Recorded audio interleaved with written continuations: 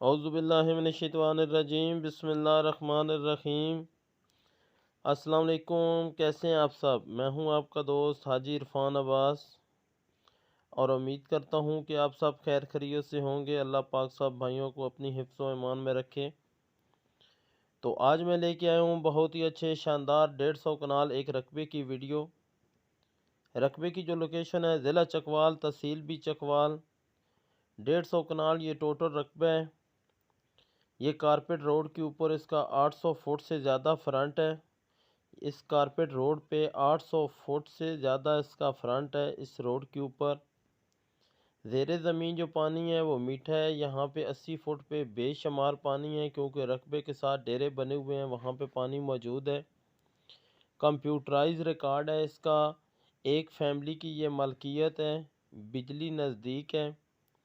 رقبہ سارا آباد ہے۔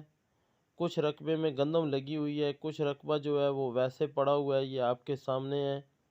اس کارپیٹ روڈ کے اوپر 800 فٹ اس کا فرنٹ ہے۔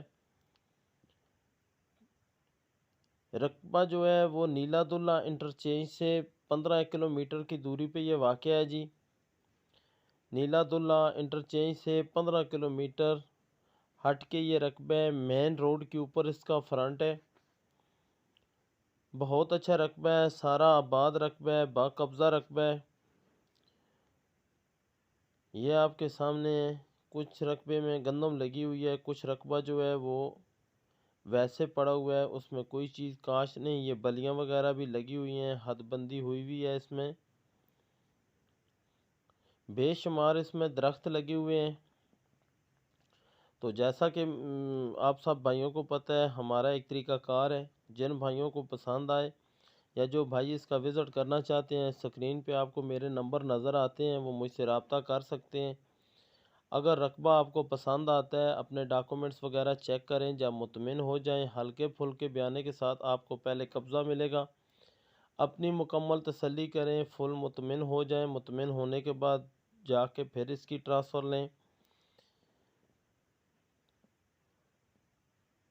یہ سب بھائیوں کے سامنے یہ رقبہ موجود ہے۔